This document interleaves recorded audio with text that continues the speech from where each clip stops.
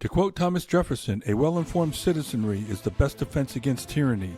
Welcome to the Constitution Solution, one podcast under God, where we discuss the basics of our constitutional republic and how our freedoms are being seized by public officials, both elected and unelected. I'm Mark DeLuzio, a former candidate for the U.S. Congress and a Gold Star father. Join me as we learn together how we can save this unique experiment that we call America. Hi, Mark DeLuzio, episode 57 for the Constitution Solution podcast. This episode, I am titling it after a quote from Thomas Jefferson. And you hear this on the preamble of this particular podcast. A well-informed citizenry is the best defense against tyranny.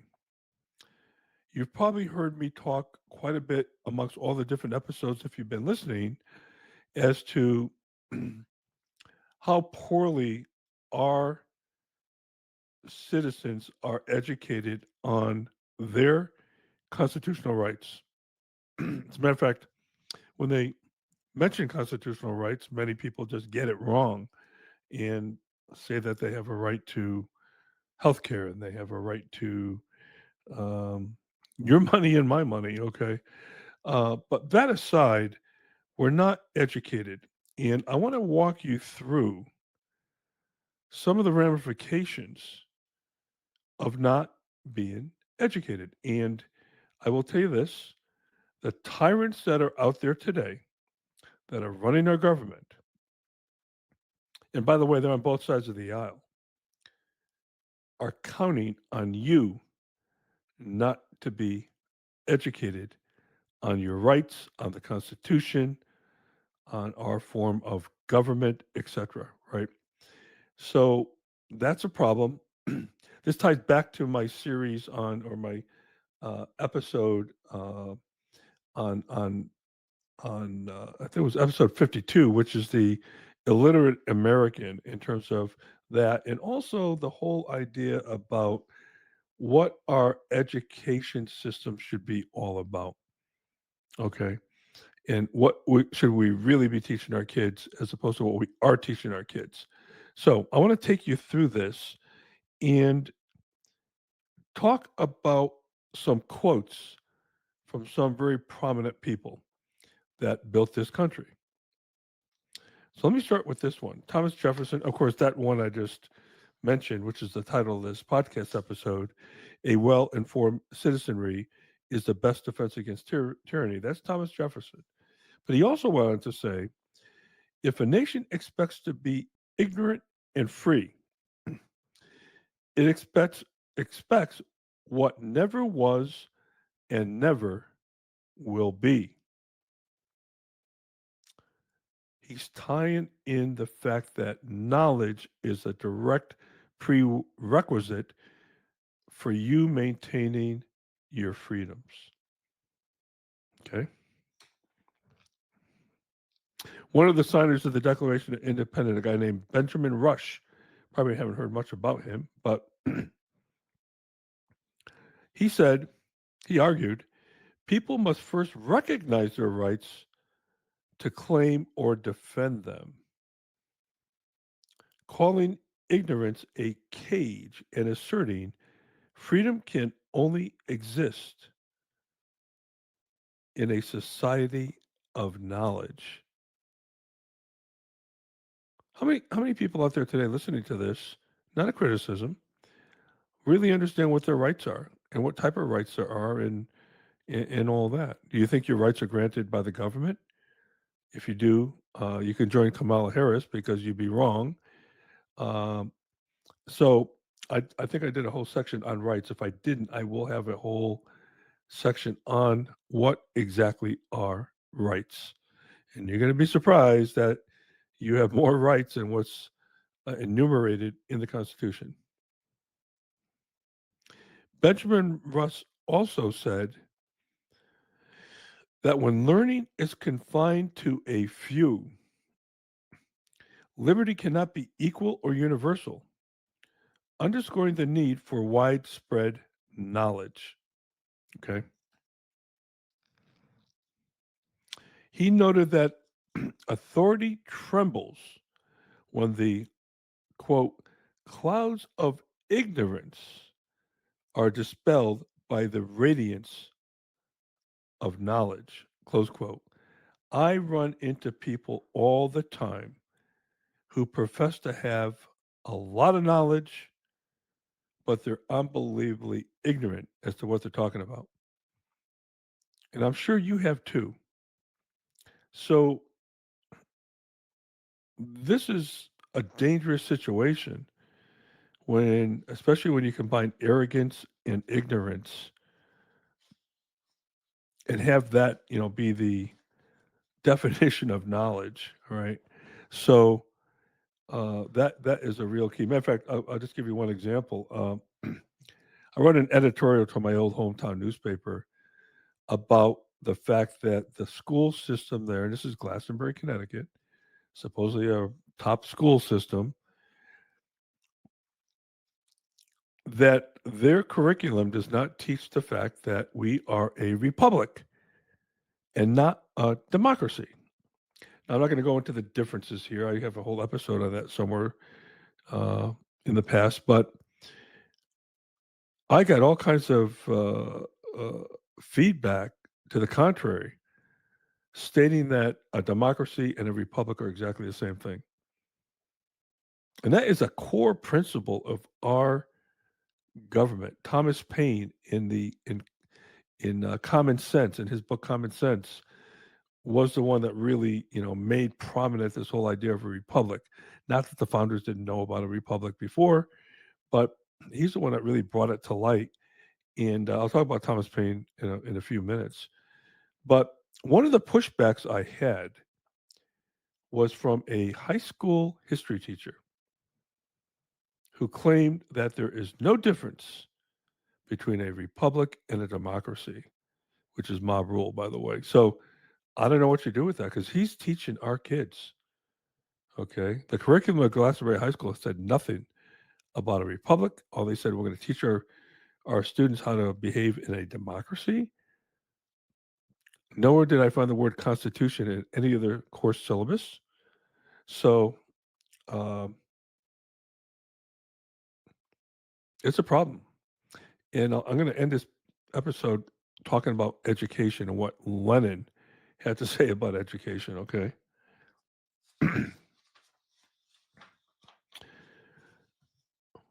Thomas Paine, we just talked about him, described ignorance as having a peculiar nature.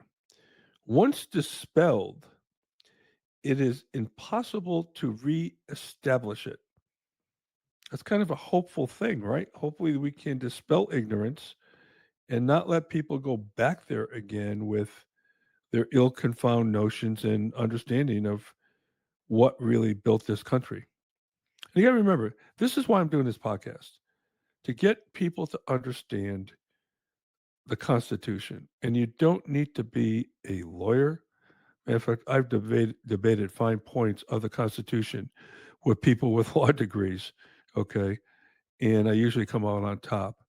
You do not have to be a lawyer, pass the bar exam to understand the Constitution. Don't let anybody who has a law license tell you otherwise, that their opinion is superior to yours because they learned in school, because they're teaching a bunch of crap in colleges too.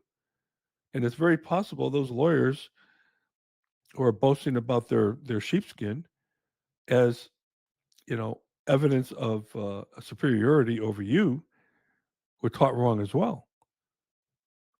So again, we had a high school teacher that actually debated me on whether or not we're that a republic and a democracy are the same thing, and they're not. Okay. Thomas Paine also explained ignorance is merely the absence of knowledge. People can be kept ignorant, which, by the way, is the goal of the Marxists and the tyrants that are running our country. But once people learn, they cannot be made ignorant again. Interesting. You can't reverse it. You can't make somebody ignorant on a particular point if they really truly learn what it's all about. John Adams' wife, who was a phenomenal lady, Abigail was her name, Abigail, um, she wrote that, and this is a letter to or John Adams, or learning is not attained by chance. It must be sought for with ardor and attended to with diligence. So there's not going to be a magic cloud that comes over you and just rains down knowledge. You have to take your matter in your own hands to learn what's going on. And hopefully, this podcast will be one of those vehicles that you use to learn. Okay. But it doesn't happen by chance. It won't happen based on the schools you attended. I don't care what degrees you have or what schools you attended. You've got to take matters into your own hand to learn. You know, I knew Charlie Kirk, and he told me that he spends about 2 hours a day just educating himself on all kinds of different things, and I do the same. I say I probably spend maybe not always 2 hours, but 1 to 2 hours every evening. I will learn, and I learn mostly from videos. But I learn about all kinds of different things, whether they be science, history, politics, sports, you name it. I'm a consummate learner, and I want to learn more. And again, the more I dive into the Constitution and learn about it and the people who put it together, I am floored as to their brilliance. I am absolutely floored how these guys had such great foresight and how they thought about it and how they really understood human nature. That man was flawed and they're corruptible and that they're going to make mistakes and all that. So educate yourself. Okay. Spend an hour a night. Go watch a YouTube video, whatever it is. Listen to a podcast. Listen to this podcast. But it's really key. But you must seek out the learning. And that's Abigail's message. Okay. Ben Franklin said, being ignorant is not so much a shame as being unwilling to learn. He framed learning as a personal responsibility. Now, that doesn't mean you sit there every night and listen to the talking heads on any of the news channels, whether it be CNN, MSNBC, CBS, Fox News, Newsmax. You've got to take the ball into your own court and start learning yourself. And there's a various number of different resources out there to learn from, some good, some bad. Okay. But as you start reading a bunch of items on a topic, you're going to start seeing what the bent is on whoever's writing what they're writing, because there is a lot of garbage out there. There's no question about it. Okay. But this is not about you sitting there every night for an hour watching CNN or Fox News. Okay. This is about you learning what's behind it, because even on channels like Fox News and Newsmax, they missed the point on some fundamental learnings from the Constitution. They missed the point on tariffs and who can set a tariff. I have an episode on that. There's so many things that they don't really understand. But look, it sells, right? What's her name? Sydney Sweeney, the Bud Light. All these topics sell viewership. And if you always understand that that's what they're about, you might put their offerings into a different, context. Okay. But bottom line here is, according to Abigail and also Ben Franklin, it's your responsibility as a citizen to learn. And it is, as Jefferson said, the best defense against tyranny. Let me leave you with some quotes by Vladimir Lenin, who was a a student of Karl Marx. He implemented the Communist Manifesto probably better than anybody. But there were other scholars after that, like Stalin and some others. But let me leave you with a couple of four quotes that Lenin had to talk about and what he said. And he said, socialism requires that upbringing and education of children be the concern of society as a whole. So again, you want to indoctrinate, and that's kind of what our school systems are doing today. They are indoctrinating the students and telling them what to think, not how to think. Okay. Another quote. Only through the practical labor of children do we educate genuine, conscientious workers. So he wanted to have all these minions, if you will, all working for the state without any question. Okay. Another quote.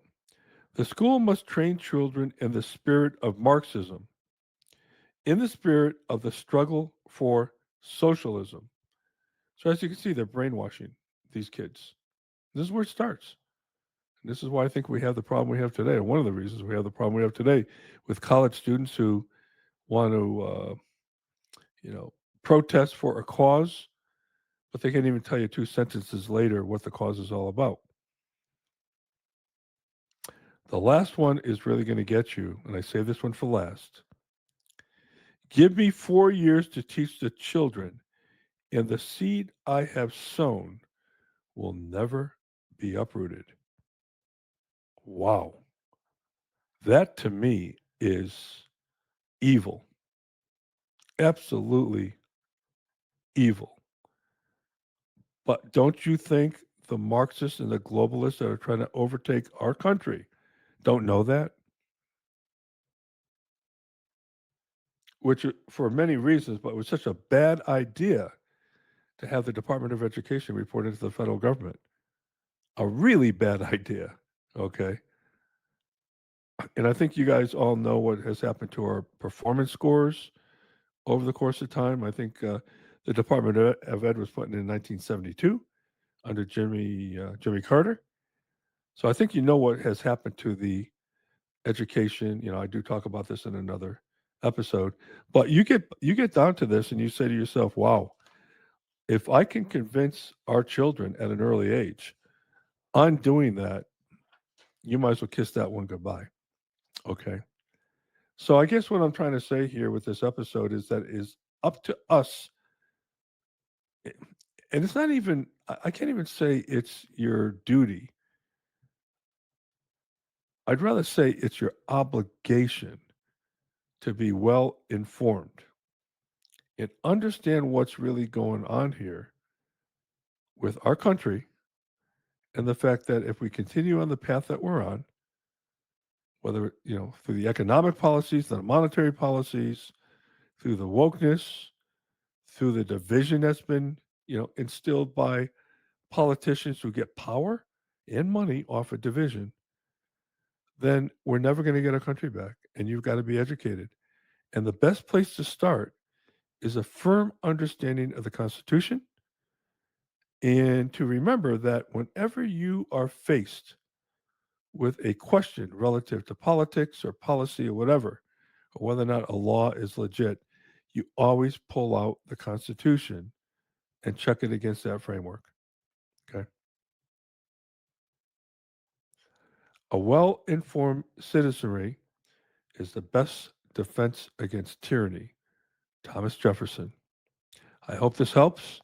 This podcast is dedicated to actually informing, and I hope you continue to listen. And God bless. Wish you the best.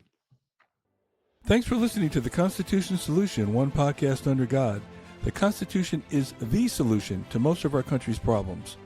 Other episodes can be found on our website at 1787solution.com YouTube, Rumble, Apple Podcasts, Spotify, and most other podcast platforms.